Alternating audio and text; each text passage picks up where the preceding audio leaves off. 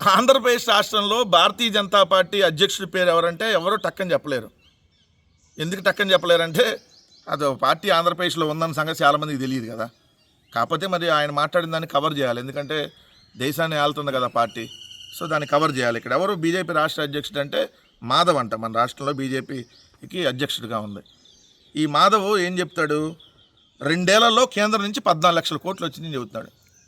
14 లక్షల కోట్ల 14 లక్షల రూపాయల 14 లక్షల కోట్లే అండి. మనం కరెక్టే చదువుతున్నాం. ఏ రాష్ట్రంలో లేని విధంగా 2 ఏళ్లలో కేంద్రం నుంచి 14 లక్షల కోట్ల నిధులు ఏపీకి వచ్చాయి. అభివృద్ధి సంక్షేమంలో రాష్ట్రం దూసుకెళ్తుంది, అందుకనే సంబరాలు చేస్తున్నాం. మీకు కూడా మైండ్ పోయినట్టుంది. పవన్ కళ్యాణ్కి ఎటు పోయింది కోడి చెరువు కబ్జాతో. సో జన బయటికి రాగానే ఆల్రెడీ చంద్రబాబు నాయుడికి ఎప్పుడో పోయింది. ఇప్పుడు బీజేపీ రాష్ట్ర అధ్యక్షుడు కూడా మైండ్ పోయినట్టుంది. 14 లక్షల కోట్లు ఇచ్చారంట కేంద్రం 2 ఏళ్లలో. నవ్వు ఆపుకుంటున్నారు కదా మీరు. 14 లక్షల రూపాయలని చెప్పి 14 లక్షల కోట్లు అని చెప్పాడు అనుకుంటున్నారు కదా మీరు. నాకు అదే డౌట్ వస్తుంది, 14 లక్షల రూపాయలే అంటుంది. కేంద్రం నుంచి రావాల్సిన నిధులు రాక 2 సంవత్సరాలుగా తీసుకురాలేనటువంటి దిక్కుమాలిన స్థితిలో మీరు అందరూ సచ్చి ఏందయ్యా ఇంకా మీరు సిగ్గు లేకుండా ఈ వార్తలు 14 లక్షల కోట్లు వచ్చినాయి కేంద్రం నుంచి.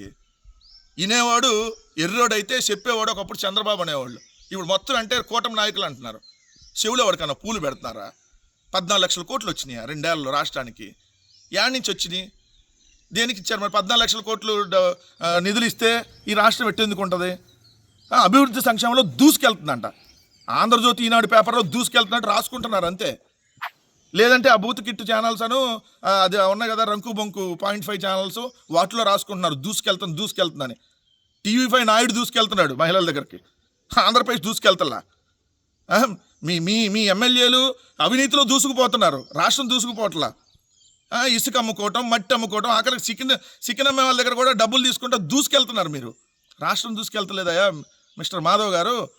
నిన్నే చూసాం కదా, విశాఖపట్నం స్టీల్ ప్లాంట్ని ప్రైవేటీకరణ చేసే భాగంలో మీరు చేసినటువంటి కార్యక్రమాల వల్ల 9 మంది చచ్చిపోయారు. ఇంకేంది మీరు దూసుకెళ్ళేది? వైకాపా హయాంలో LG పాలిమర్స్ ఘటనలో 3కి ₹1 కోటి చొప్పున పరిహారం ప్రకటించి తర్వాత ప్రమాదాల్లో పరిహారం ఇవ్వకుండా ముఖం చాటేశారు. కొద్దిగా సిగ్గుండాలి మాట్లాడటానికి. GORT నెంబర్ 449 8/5/2020 30 కోట్లు రిలీజ్ చేశారు జగన్మోహన్ రెడ్డి గారి ప్రభుత్వం. LG పాలిమర్స్ సంఘటనకు సంబంధించి హాస్పిటల్లో ఉన్న వాళ్ళకి ₹1,00,000, వెంటిలేటర్ దాకా వెళ్ళి చికిత్స పొందిన వాళ్ళకి ₹10 లక్షలు, ఏదైతే చనిపోయినటువంటి వాళ్ళకి ₹1 కోటి పరిహారం ప్రభుత్వం గవర్నమెంట్ రిలీజ్ చేసింది. జీవో నెంబర్తో సహా చెప్తున్నా. అయినా కూడా మీరు రోజు విష ప్రచారం మాత్రం మానుకోరు. కొద్దిగా కూడా ఈ కూటమి నాయకులకి సిగ్గు, శరం, మానం, మర్యాద ఏం లేవు. ఏదో బతుకుతున్నారు ఇక్కడ, ప్రజల మీద పడి అలా బతుకుతూ ఇలా ఇష్టం వచ్చినట్టు స్టేట్మెంట్లు ఇచ్చి 2 సంవత్సరాలుగా రాష్ట్రాన్ని సర్వనాశనం చేశారనేది వాస్తవం.